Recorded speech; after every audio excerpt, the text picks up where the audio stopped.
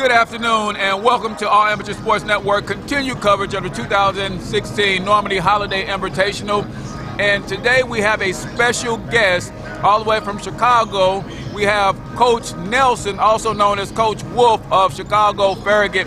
Coach, talk to us a little bit about your storied program and a little bit about culture, because I think some of the teams here in St. Louis struggle building a winning culture, and I know that's a big part of a successful program, not just a successful team. Well, like I said, I've been coming here for a while, since the 94-95 season when I had Kevin Garnett, Ronnie Fields, Michael Wright.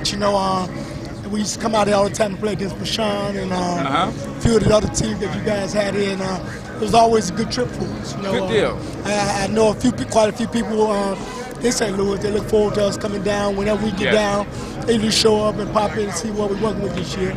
Exactly. You guys are strong, and I like the idea of having a program that you guys are perennial powerhouses, always in contention there in your local area and nationally.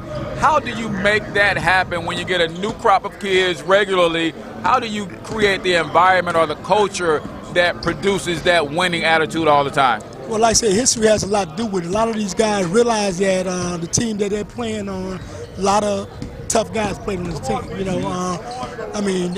Basically, I've been around for 34 years. I've been coaching the same school for 34 years. It's my alma mater. And I tell my guys all the time that, they got some, they stepping into the footsteps of a lot of tough guys, and they had to continue the tradition. Exactly. All my guys give back. Not just Garnett, but a lot of my coaches are former players, and they keep that high energy. One of the guys that got come back is Emmanuel Little. He's back with me this year. He's a professional basketball player, and that's how he played when he took me downstate.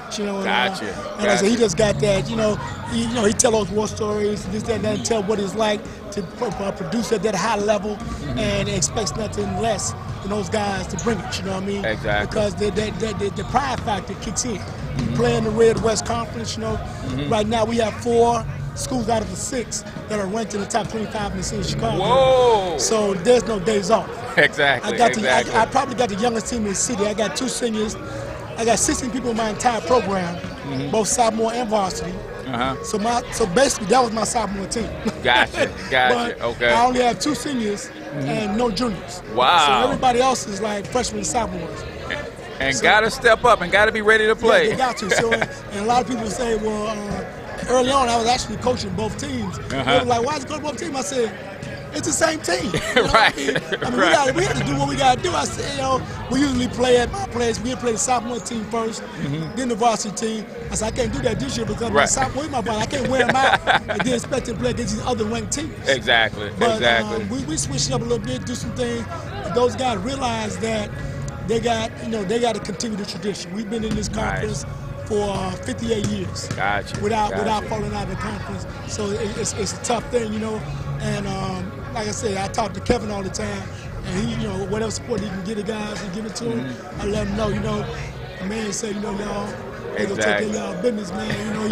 He got them eyes on you and everything. Right. So, exactly. So I like that. I told him he was going to St. Louis. He was like, oh man, that's what's up, man. I remember that. Hey man, I remember that stuff there, man. I say, yeah, for sure. We going right back there.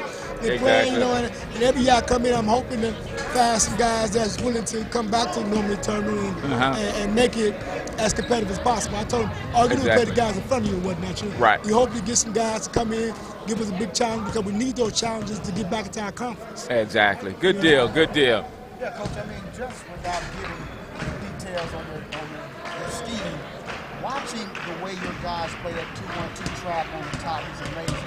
They listen.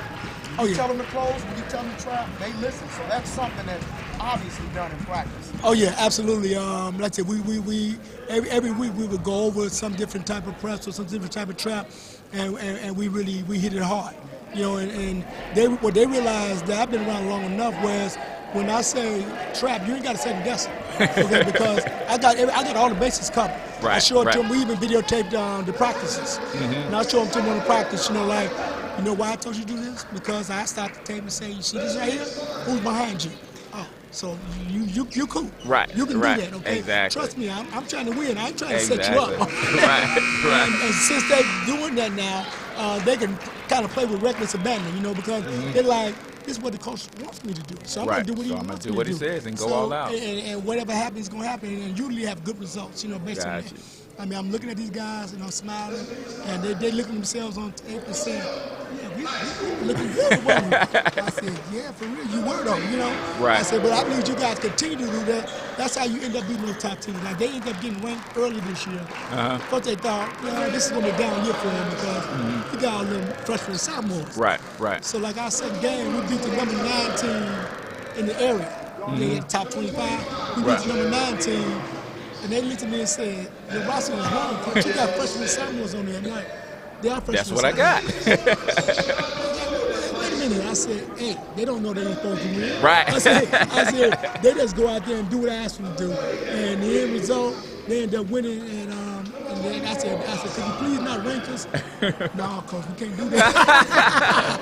Hey guys, you guys are tuning in to All Amateur Sports Network exclusive coverage. We have the legendary Coach Wolf of Chicago Farragut giving some tips and not some strategies, but talking about building culture, talking about some of his storied players coming back, giving back to the program, and what it takes to win at a high level. Coach, we thank you for your time. Looking forward to seeing you guys compete next week. I guess you guys play the winner of this one tomorrow. So good luck to you, Coach. Thank you for giving us the time. Hey, my guys will be real excited when they get back. I got some Christmas surprises for you. All right, that's Coach Wolf from Chicago Farragut. You're tuning in to All Amateur Sports Network's coverage of the 2016 Normandy Holiday Invitational. If you're not here or on your way, get here. You're missing some great basketball. Peace out. Yeah, man, like I said, my guys, they had no idea. I just got here today because I took my son to the WWE game last night in Chicago. So I'm like, I had to miss my first game. The movie button at the top. The red movie button.